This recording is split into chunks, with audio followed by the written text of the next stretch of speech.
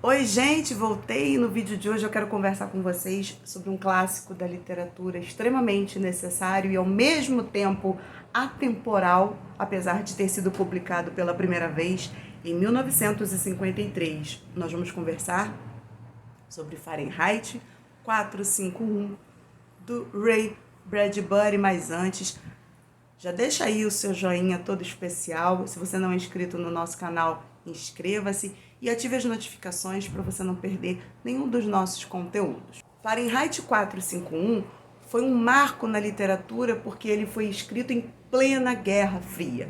A Guerra Fria, para quem não sabe, foi um conflito político-ideológico que foi travado entre os Estados Unidos e a União Soviética entre 1947 e 1991. O conflito travado entre esses dois países foi responsável por polarizar o mundo em dois grandes blocos, um alinhado ao capitalismo e outro alinhado ao comunismo. Uma outra curiosidade é o título do livro. O número 451 é o número que equivale à temperatura 451 Fahrenheit, ou seja, a temperatura necessária para a queima do papel, equivalente a 233 graus Celsius. Aqui, o Ray ele vai criar uma sociedade, porque se trata de uma ficção científica, e ele vai imaginar uma sociedade onde os livros são extremamente proibidos. Só que diferente de 1984, que também é uma distopia, um livro de ficção científica, e A Revolução dos Bichos, que faz uma crítica direta ao governo, aos líderes, Fahrenheit 451 fará uma crítica à sociedade, ao indivíduo. Por quê? Aqui nós temos, já nós vamos chegar lá, aqui nós temos o Montag, que é o protagonista, o personagem principal da história.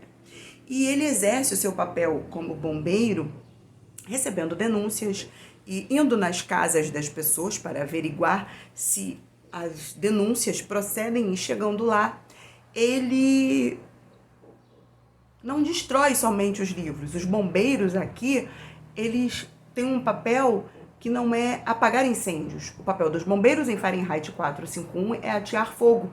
E quando eles chegam nessas casas, a reprimenda, a represária, ela é tão assustadora porque não são só os livros que são destruídos.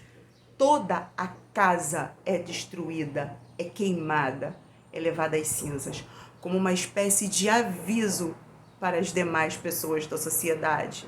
Não tenham livros em suas casas.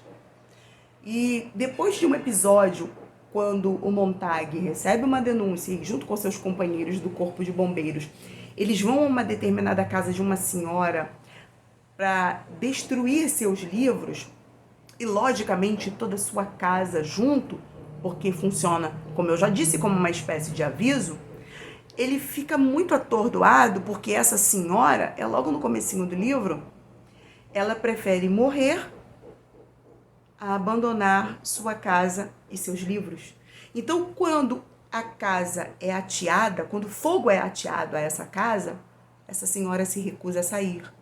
E isso deixa o Montag muito perturbado, porque ele diz assim, o que tem de tão importante nos livros? O que há de tão especial? Porque como alguém é capaz de nutrir tanto amor assim a livros ao ponto de não abandoná-los, a ponto de querer morrer junto com eles?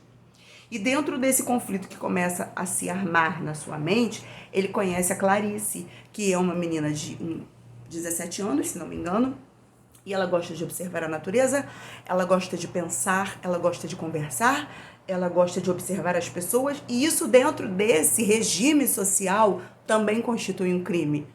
Você não tem que pensar. Pensar? Para que você quer pensar? Você também não pode conversar com as pessoas. O que você quer conversar com as pessoas? Você também não pode conversar. O governo aqui dentro dessa sociedade está preocupado em ocupar as pessoas com a sua informação.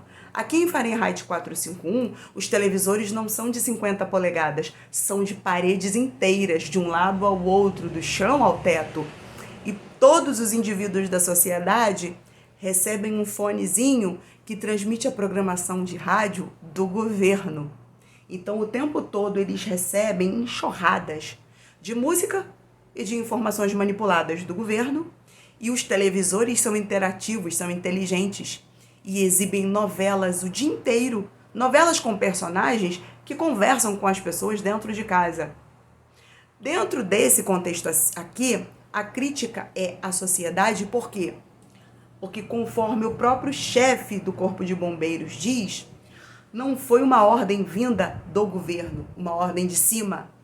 As próprias pessoas começaram a abrir mão de estudar, abrir mão dos livros, abrir mão da informação, abrir mão de conversar, de se comunicar, de querer saber, de conversar, de perguntar o porquê, em troca de futilidades de televisão, de séries, de filmes, de cinemas, de musicais, da Broadway. Eu disse para vocês que o Montag vai conhecer a Clarice e que a Clarice constitui um problema porque ela gosta de pensar, de conversar. E uma outra coisa que incomoda muito o governo aqui é que Clarice gosta de perguntar por quê. Por que isso? Por que isso acontece dessa forma?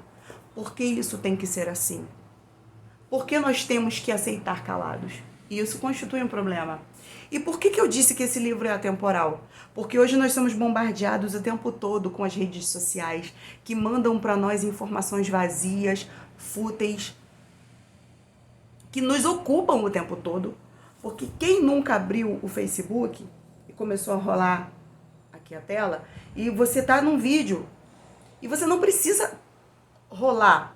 Aquele vídeo vai terminar e você está ali assistindo, não é verdade? E automaticamente aquele vídeo acabou, a própria tela, ela gira sozinha e o próximo vídeo vem. E você está ali sendo bombardeado por informações que, se você for terminar, fazer o fechamento do seu dia, você aprendeu um idioma? Você aprendeu uma profissão nova? Você adquiriu um conhecimento novo?